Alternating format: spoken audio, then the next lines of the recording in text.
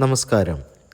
ഓൺലൈനായി ഏകജാലക സംവിധാനത്തിലൂടെ ഹയർ സെക്കൻഡറി പ്രവേശനത്തിനുള്ള അപേക്ഷ സമർപ്പിക്കുന്നതിൻ്റെ വീഡിയോയുടെ രണ്ടാം ഭാഗം. ഏകജാലക പ്രവേശനത്തിനെക്കുറിച്ചുള്ള വിവരങ്ങൾ കൃത്യസമയത്ത് ലഭിക്കുന്നതിന് വേണ്ടി ഈ ചാനൽ സബ്സ്ക്രൈബ് ചെയ്ത് ബെൽ ഐക്കൺ അമർത്തുക.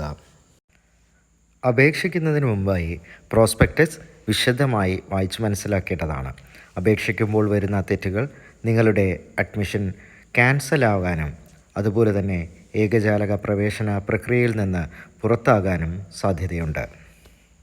പ്രോസ്പെക്ടസ് ലഭിക്കുന്നതിനായി hscap.kerala.gov.in എന്ന വെബ്സൈറ്റ് തുറക്കുക.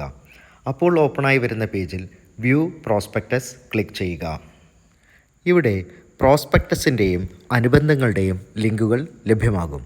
അതിൽ നിന്നും പ്രോസ്പെക്ടസ് ക്ലിക്ക് ചെയ്ത് കഴിഞ്ഞാൽ വിശദമായ പ്രോസ്പെക്ടസ് നമുക്ക് വായിക്കാവുന്നതാണ്.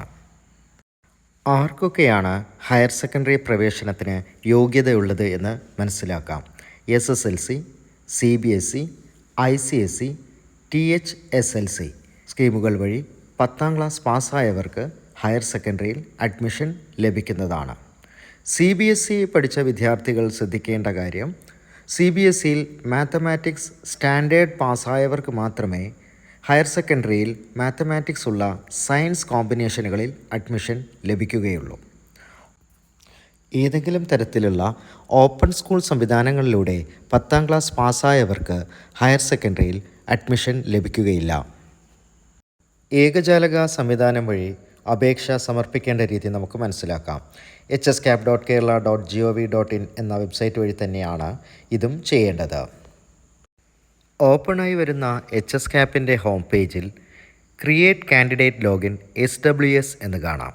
അത് ക്ലിക്ക് ചെയ്തതിന് ശേഷം നിങ്ങൾ പ്രവേശനം നേടാൻ ആഗ്രഹിക്കുന്ന ജില്ല സെലക്ട് ചെയ്യുക. അപ്പോൾ നമുക്ക് ഒരു രജിസ്ട്രേഷൻ ഫോം ലഭിക്കുന്നതാണ്.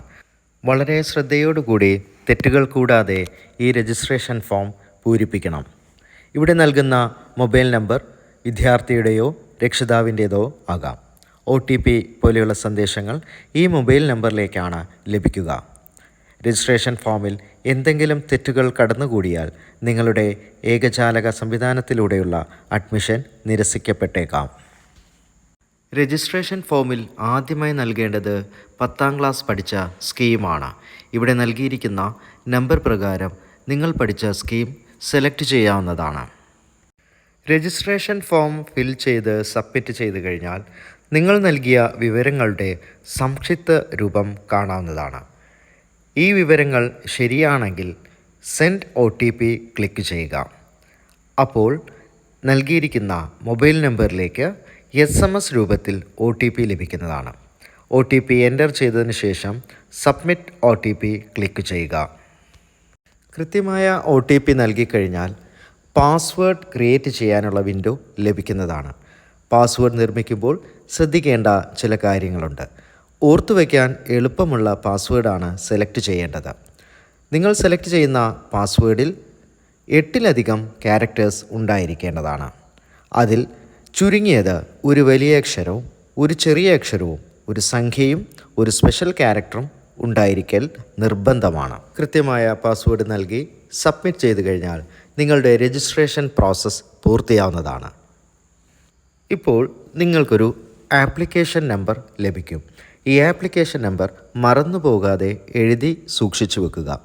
ഏകജാലക സംവിധാനത്തിൽ മുന്നോട്ടുള്ള എല്ലാ പ്രവർത്തനങ്ങൾക്കും ആപ്ലിക്കേഷൻ നമ്പർ നിർബന്ധമാണ്. കാൻഡിഡേറ്റ് ലോഗിൻ ചെയ്യുന്നതിന് വേണ്ടി യൂസർ നെയിമായി നൽകേണ്ടത് ആപ്ലിക്കേഷൻ നമ്പറാണ്. അതിനുശേഷം പാസ്വേഡ് നൽകുക. രജിസ്റ്റർ ചെയ്ത ജില്ല സെലക്ട് ചെയ്ത് ലോഗിൻ ക്ലിക്ക് ചെയ്യേണ്ടതാണ്. ലോഗിൻ ചെയ്തു കഴിഞ്ഞാൽ അപ്ലൈ ഓൺലൈൻ എന്ന ലിങ്കിലൂടെ അപേക്ഷാ ഫോം പൂരിപ്പിക്കാം. അപേക്ഷാ ഫോം പൂരിപ്പിക്കുന്നതിനെക്കുറിച്ചുള്ള വിശദമായ വിവരണം അടുത്ത വീഡിയോയിൽ കാണാവുന്നതാണ്. ഏകജാലക സംവിധാനത്തെക്കുറിച്ചുള്ള കൃത്യമായ വിവരങ്ങൾ കൃത്യസമയത്ത് അറിയുന്നതിന് വേണ്ടി ഈ ചാനൽ സബ്സ്ക്രൈബ് ചെയ്യുക, ബെൽ ഐക്കൺ അമർത്തുക.